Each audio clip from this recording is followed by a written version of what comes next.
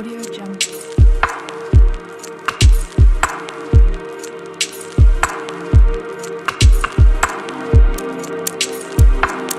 Audio Jungle.